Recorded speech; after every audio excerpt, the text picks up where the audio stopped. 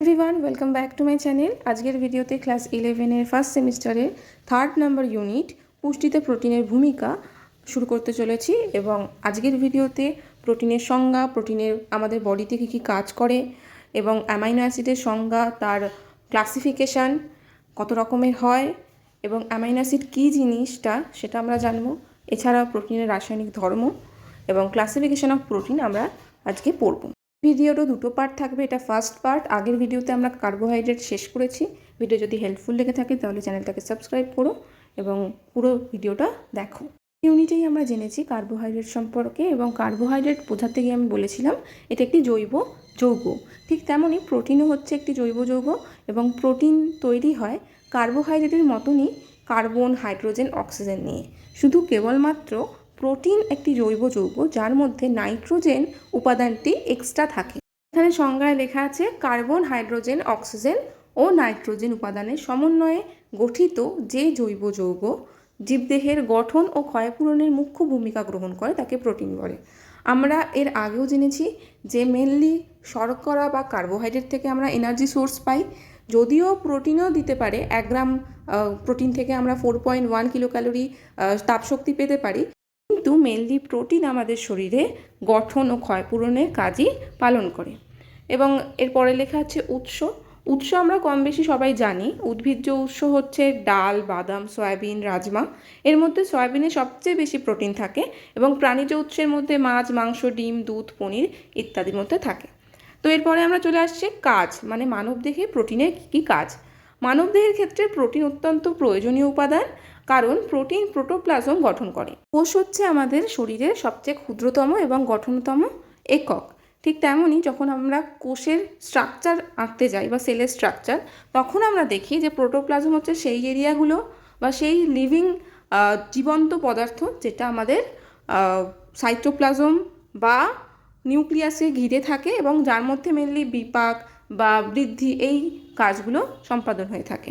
Protein এই প্রোটোপ্লাজমের গঠনে সাহায্য করে, এবং তার সাথে সাথে কোষের গঠনে বা কোষের বৃদ্ধিতেও কিন্তু হেল্প করে।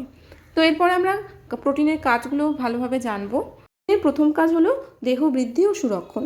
প্রোটিন নাইট্রোজেন দ্বারা গঠিত। এটি দেহের বৃদ্ধি ও ক্ষয়পূরণে গুরুত্বপূর্ণ ভূমিকা পালন করে। অ্যাকচুয়ালি নাইট্রোজেন আমাদের শরীরে সেল গ্রোথ, সেল ডিভিশনে হেল্প করে। আর আমরা প্রোটিনকেই, মানে প্রোটিন জাতীয় খাবারই বিশেষভাবে খেয়ে থাকি, এবং তার মাধ্যমে কিন্তু শরীরে নাইট্রোজেন গ্রহণ করি। তাই সেক্ষেত্রে আমাদের দেহ বৃদ্ধি, সুরক্ষার ক্ষেত্রে এবং ক্ষয়পূরণের ক্ষেত্রে কিন্তু প্রোটিনের ভূমিকা খুব আছে। নেক্সট কাজ হচ্ছে ভ্রূণের বৃদ্ধি। মানব ভ্রূণ যখন মাতৃজঠরে থাকে তখন সেই মানব ভ্রূণের বৃদ্ধির জন্য প্রোটিন খুব দরকার।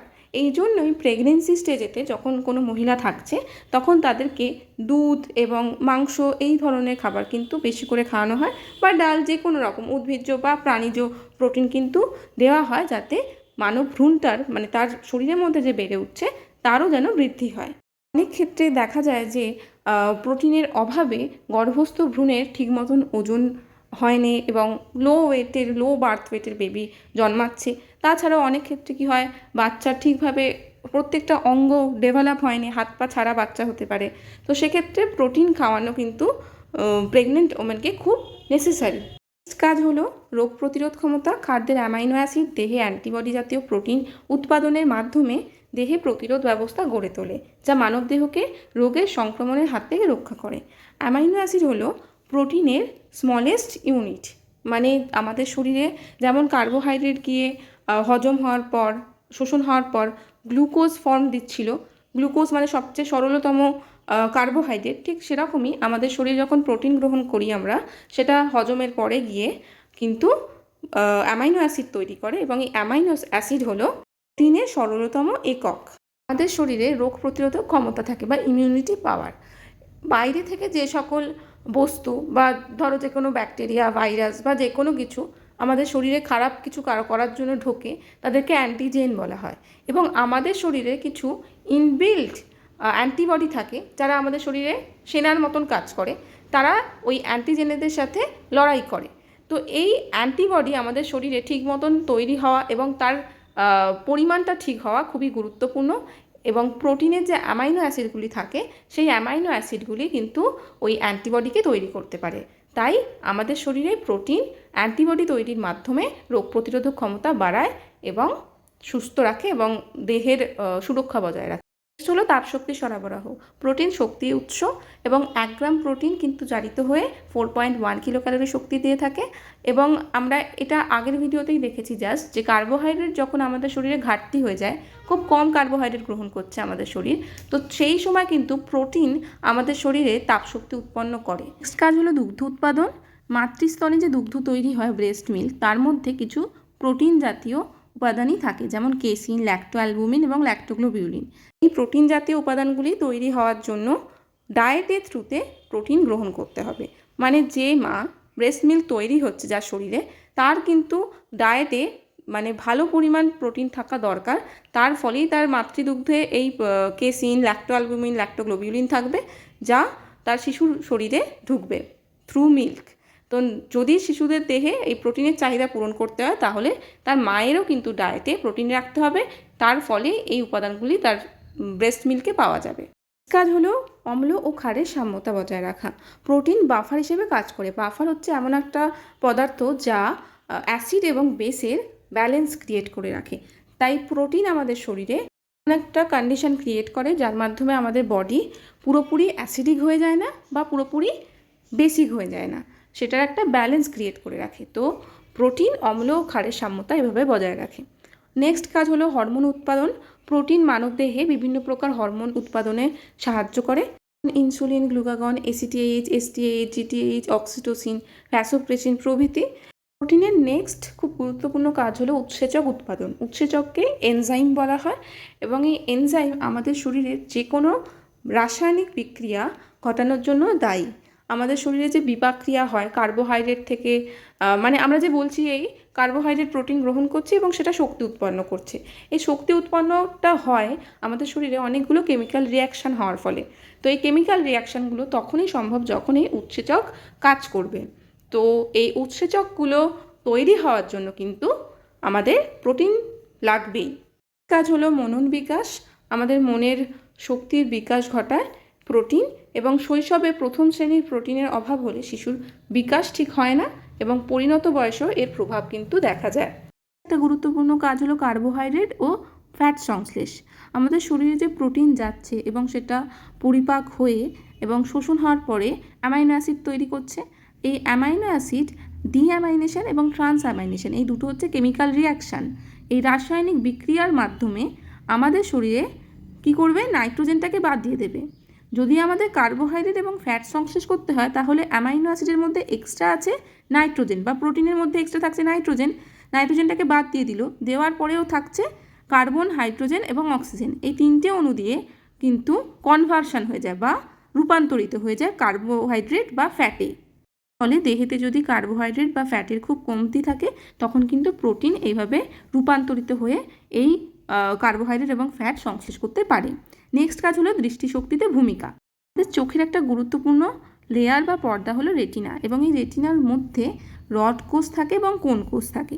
রড কোষ আমাদের ব্ল্যাক অ্যান্ড হোয়াইট ইমেজ ভিশনে হেল্প করে, এবং এই রড কোষের মধ্যে থাকে রোডপসিন নামক একটি পদার্থ, যা মেনলি তৈরি হয় প্রোটিন দিয়ে।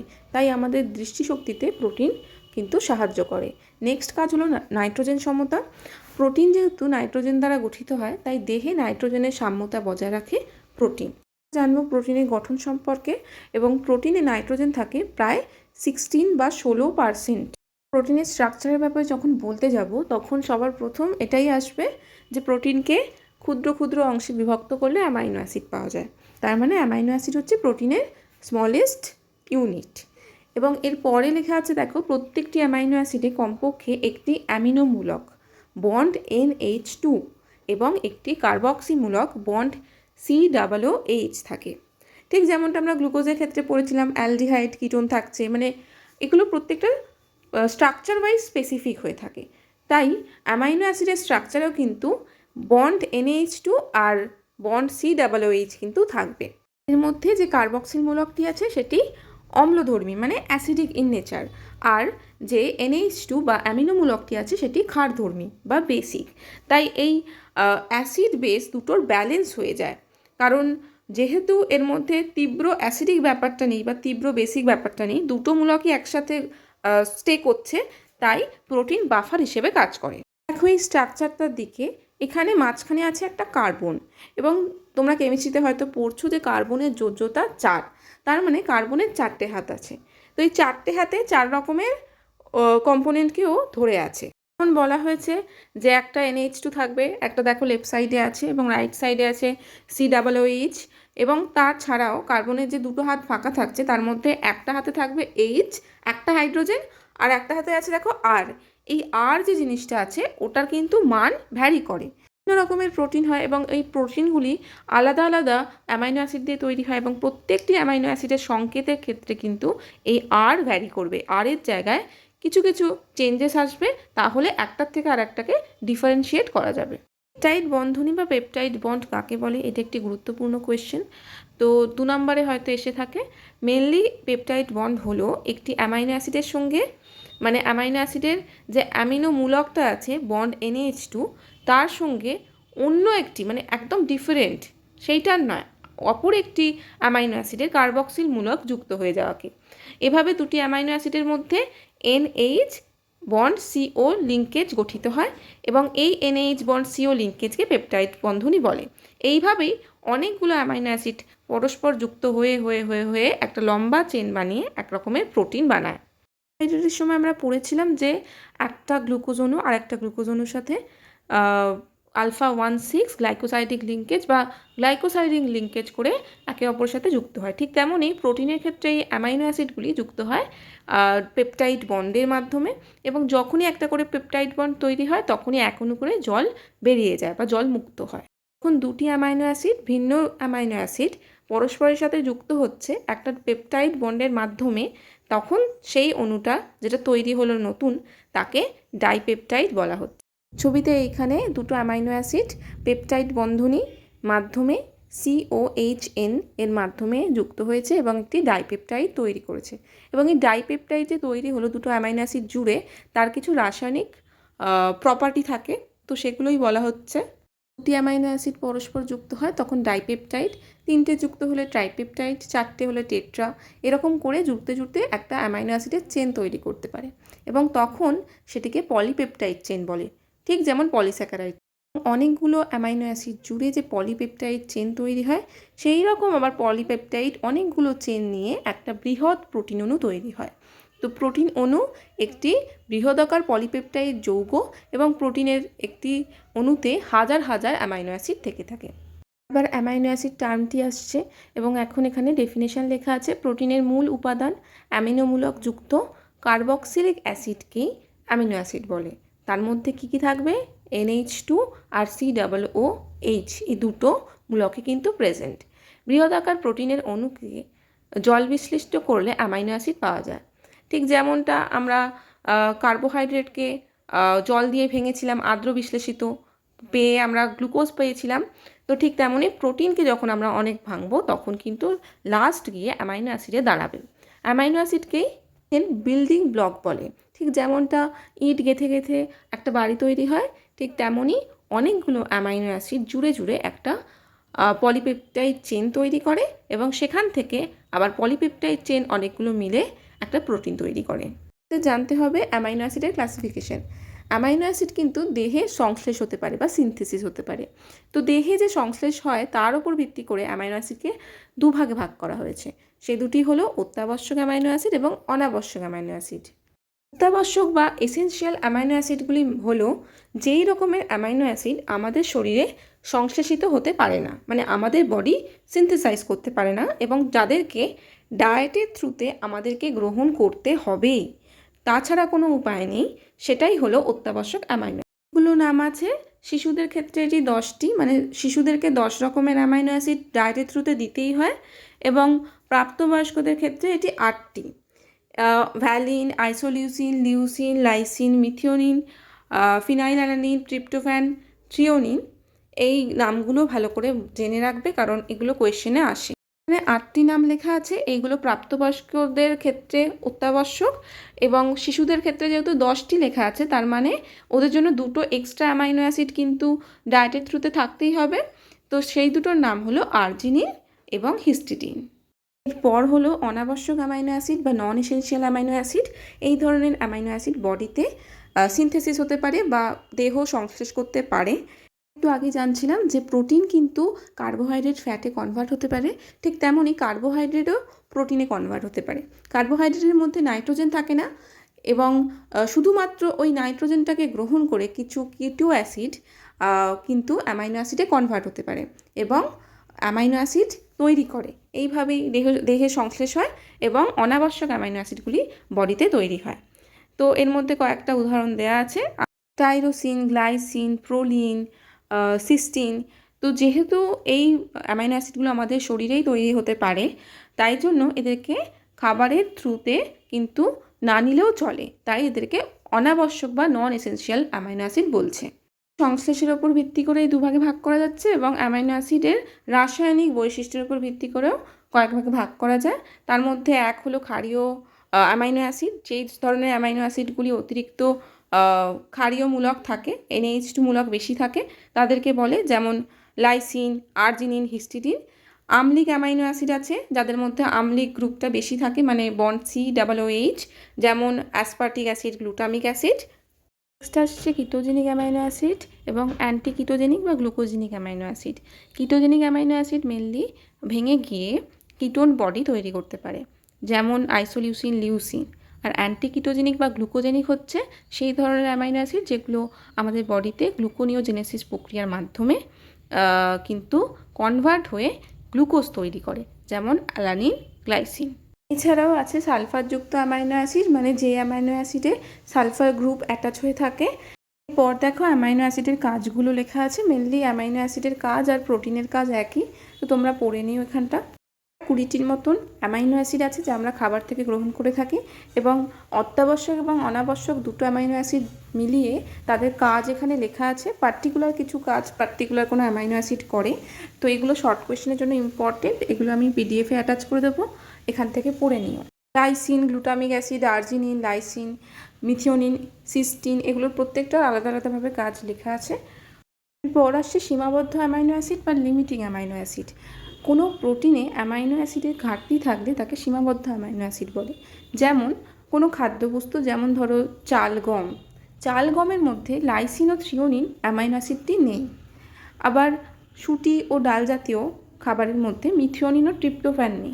এক্ষেত্রে কি হয়, যদি চাল গমের সাথে, মানে যদি চালের সাথে আমরা ডাল মিশিয়ে খিচুড়ি করি, তাহলে কিন্তু লাইসিন, থ্রিওনিন এবং মিথিওনিন, ট্রিপ্টোফ্যান এটার কিন্তু অভাব মেটানো যাবে, কারণ যার মধ্যে যেই অ্যামাইনো অ্যাসিডটা নেই তার ঘাটতি কিন্তু অন্য একটা প্রোটিনের সোর্সের মাধ্যমে আমরা পেয়ে যেতে পারি। শর্ট কোয়েশ্চেনের সাজেশন হিসেবে এই টেবিলটা মুখস্থ করে রাখতে হবে, কারণ কোনো খাবারে কোন সীমাবদ্ধ অ্যামাইনো অ্যাসিড আছে ওটা কিন্তু কোয়েশ্চেনে আসতে পারে। নেক্সট যে টপিকটা আছে সিলেবাসে সেটা হলো প্রোটিনের রাসায়নিক ধর্ম। তো প্রোটিন অণুকে দ্রবণ হতে নানা বিকারকের মাধ্যমে অধক্ষিপ্ত করা যায়। বিকারকের মধ্যে আছে প্রশমিত লবণ, তীব্র খনিজ অম্ল, গুরু ধাতুর লবণ ও অ্যালকোহলীয় বিকারক ইত্যাদি। প্রোটিনের অণু কিন্তু অধক্ষিপ্ত হয়ে পড়ে, মানে যখন কোনো আপনার সলিউশনের ওপর এই পার্টিকুলার সলিউশনগুলো লেখা আছে এগুলোর মধ্যে আমরা প্রোটিনকে রাখি, তাহলে ওই প্রোটিনের অণুগুলো নিচে তঞ্চন করে অধক্ষিপ্ত হয়ে প্রেসিপিটেট হয়ে পড়ে যায়। তো সেক্ষেত্রে এটা একটা ধর্ম, রাসায়নিক ধর্ম প্রোটিনের। পরবর্তী ধর্ম হলো উত্তাপে তঞ্চিত হয়ে যাওয়া। যখন আমরা ধরো ডিমের মধ্যে অ্যালবুমিন, গ্লোবিউলিন এই দুটো প্রোটিন আছে, যাকে এক্সেস টেম্পারেচারে অনেক বেশি উত্তাপ দেওয়া হচ্ছে, তখন কিন্তু ওই প্রোটিনগুলো তঞ্চন হয়ে যাবে, কোয়াগুলেট হয়ে যাবে এবং তার ফলে প্রোটিন কিন্তু অনেক হাই টেম্পারেচারে গেলে সেটা ডিনেচার করে যায়। হচ্ছে বর্ণবিক্রিয়া। প্রোটিন যদি কোনো জিনিসের মধ্যে, কোনো খাবারের মধ্যে প্রেজেন্ট থাকে তাহলে সেটা বাইউরেট, মিলন, অ্যাটম কিউইজ এগুলো এই ধরনের টেস্টের মাধ্যমে কিন্তু কালার চেঞ্জ করে বোঝাতে পারে যে প্রোটিন প্রেজেন্ট আছে সেই সলিউশনে। First and the most important characteristic is প্রোটিনের আইসোইলেকট্রিক পয়েন্ট। একটা প্রোটিন বা অ্যামাইনো অ্যাসিডে একটা কার্বক্সিল গ্রুপ, একটা অ্যামাইনো গ্রুপ থাকে। এবার এই দুটোই কিন্তু আম্লিক, ক্ষারীয় দু ধরনের হয়ে থাকে, আমরা আগে পড়লাম। আয়নিত অবস্থায় অ্যামাইনো অ্যাসিডের এই দুটি গ্রুপ আয়নিত অবস্থায় থাকে এবং জুইটার আয়ন গঠন করে। একটি নির্দিষ্ট pH মানে ধনাত্মক ও ঋণাত্মক আয়ন সমান সমান থাকে। এই নির্দিষ্ট pH বিন্দুকে প্রোটিনের সমতরিত বিন্দু বা আইসোইলেকট্রিক পয়েন্ট বলে। সমতরিত বিন্দু বিভিন্ন প্রোটিনের ক্ষেত্রে বিভিন্ন রকম হয়। অ্যামাইনো অ্যাসিডের মধ্যে NH2 গ্রুপ থাকছে, ওটা পজিটিভ আয়ন, এবং যে কার্বক্সিল গ্রুপ থাকছে সেটা নেগেটিভ আয়ন। কিন্তু এমন একটা পিএইচে যেখানে পজিটিভ নেগেটিভ কোনো রকম আয়ন থাকবে না, চার্জটা হচ্ছে 0 থাকবে, সেটাই হচ্ছে প্রোটিনের সমতরিত বিন্দু বা আইসোইলেকট্রিক পয়েন্ট। পরের যে আলোচ্য বিষয় সেটি হলো প্রোটিনের ক্লাসিফিকেশন বা শ্রেণীবিভাগ। প্রোটিনকে 3 ভাগে ভাগ করা যায়, উৎস অনুসারে, এবং সেকেন্ড হচ্ছে রাসায়নিক গঠন অনুযায়ী, এবং থার্ড হচ্ছে অ্যামাইনো অ্যাসিডের উপস্থিতি অনুযায়ী। এই উৎস অনুযায়ী আবার 2 ভাগে ভাগ করা যেতে পারে, মানে প্রোটিনটার সোর্স কী বা কোথা থেকে আমরা পাচ্ছি।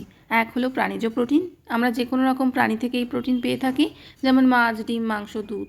এবং নেক্সট আছে উদ্ভিজ্জ প্রোটিন, যেমন ডাল জাতীয় খাবার, শস্য জাতীয় খাবার, শাকসবজি, এগুলো।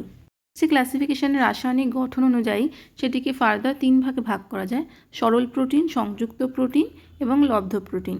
সরল প্রোটিন মানে হলো প্রোটিনে আদ্র বিশ্লেষণ করলে অ্যামাইনো অ্যাসিড ছাড়া অন্য কিছু পাওয়া যায় না, শুধুমাত্র অ্যামাইনো অ্যাসিডই আছে এই প্রোটিনের মধ্যে, যেমন অ্যালবুমিন, গ্লোবিউলিন, এই ধরনের প্রোটিন। হলো লব্ধ প্রোটিন। লব্ধ প্রোটিন মানে হচ্ছে যে সকল প্রোটিন প্রকৃতিতে পাওয়া যায় না, সরল বা সংযুক্ত প্রোটিনের আদ্র বিশ্লেষণের অন্তর্বর্তী কোনো ধাপে উৎপন্ন হয়। আমাদের শরীরে প্রোটিন গিয়ে তা হজম হওয়ার সময়, পরিপাকের সময় কিন্তু পেপটোন, প্রোটিওজ এই ছোট ছোট ফর্মে ভাঙে, তারপর ফার্দার সেখান থেকে অ্যামাইনো অ্যাসিড পাওয়া যায়। তো এই স্টেজটাকেই কিন্তু লব্ধ প্রোটিন বলে। সংযুক্ত প্রোটিনকে ফার্দার 3টে ভাগে ভাগ করা হচ্ছে, ফসফোপ্রোটিন, গ্লাইকোপ্রোটিন, লাইপোপ্রোটিন। অ্যাকচুয়ালি সংযুক্ত প্রোটিন হলো সেই ধরনের প্রোটিন যার মধ্যে কোনো অপ্রোটিন রাসায়নিক পদার্থ যুক্ত আছে। যেমন ফসফোপ্রোটিনে ফসফরাস থাকে, ঠিক তেমনই যখন তোমরা দেখছো গ্লাইকোপ্রোটিন, তার মধ্যে গ্লুকোজ থাকছে বা গ্লাইকোজেন, এবং লাইপোপ্রোটিনে থাকবে লিপিড কম্পোনেন্ট। তো তেমনই এক্সাম্পলগুলো হবে, ফসফোপ্রোটিনের মধ্যে ডিমের কুসুম পড়বে এক্সাম্পলে, গ্লাইকোপ্রোটিনে গ্লুকোজামিন, আর লাইপোপ্রোটিনে দুধ। লাস্ট ক্লাসিফিকেশনটা আছে অ্যামাইনো অ্যাসিডের উপস্থিতি অনুযায়ী, সেরকমভাবে 3 ভাগে ভাগ করা যাচ্ছে, প্রথম শ্রেণীর প্রোটিন, দ্বিতীয় এবং তৃতীয়। প্রথম শ্রেণীর প্রোটিনের মধ্যে পড়ছে যে সকল প্রোটিনে অত্যাবশ্যকীয় যে অ্যামাইনো অ্যাসিডগুলো আছে সে কটা সবকটা সুষম অবস্থায় উপস্থিত। মানে যেমন এক্সাম্পলের মধ্যে প্রাণীজ প্রোটিন মেনলি পড়ে, মাছ, মাংস, ডিম, এগুলোর মধ্যে এসেনশিয়াল অ্যামাইনো অ্যাসিড সবকটাই থাকছে এবং সঠিক অনুপাতে থাকছে, সেগুলো হচ্ছে প্রথম শ্রেণীর প্রোটিন। এগুলোর দামও কিন্তু বেশি হয়। হচ্ছে দ্বিতীয় শ্রেণীর প্রোটিন, এর মধ্যে অত্যাবশ্যকীয় অ্যামাইনো অ্যাসিডগুলো মানে কম থাকতে পারে, মানে সব কটা যে থাকবে সেরকম নয়, যথোপযুক্ত অনুপাতে থাকছে না, তাই এদের দাম একটু কম হয়ে থাকে, এবং এগুলো মেনলি উদ্ভিজ্জ সোর্স থেকে পাওয়া যায়, যেমন ডাল, সয়াবিন, বাদাম। তাই এক্ষেত্রে কি হয়, এই সিরিয়াল জাতীয় যেমন ডাল, ভাত বা ডাল, দুধ, এই দুটো প্রোটিন জাতীয় খাবারকে একসাথে মিশিয়ে খাওয়ালে কিন্তু আর কোনো রকম ঘাটতি পাওয়া যায় না। লাস্ট যে ক্লাসিফিকেশন সেটি হলো তৃতীয় শ্রেণীর প্রোটিন, যে প্রোটিনে অত্যাবশ্যকীয় অ্যামাইনো অ্যাসিড থাকেই না এবং দেহের পুষ্টি ও বৃদ্ধির ক্রিয়ায় অক্ষম, তাদেরকে তৃতীয় শ্রেণীর প্রোটিন বলে, যেমন জিলাটিন, জেইন, এক্সেট্রা। তো আজকের ভিডিও এতটাই। পিডিএফে সবকটা ডেফিনেশন আমি অ্যাড করে দেবো। ভিডিও ভালো লাগলে কমেন্ট করো, লাইক করো, বন্ধুদের মধ্যে শেয়ার করো, এবং কোনো রকম ডাউট থাকলে কমেন্ট বক্সে কোয়েশ্চেন করতে পারো, আই উইল রিপ্লাই। অ্যান্ড আমি সিলেবাস শেষ করে দেবো, কোনো রকম টেনশন নেওয়ার কিছু ব্যাপার নেই। নেক্সট পার্ট খুব তাড়াতাড়ি আসবে।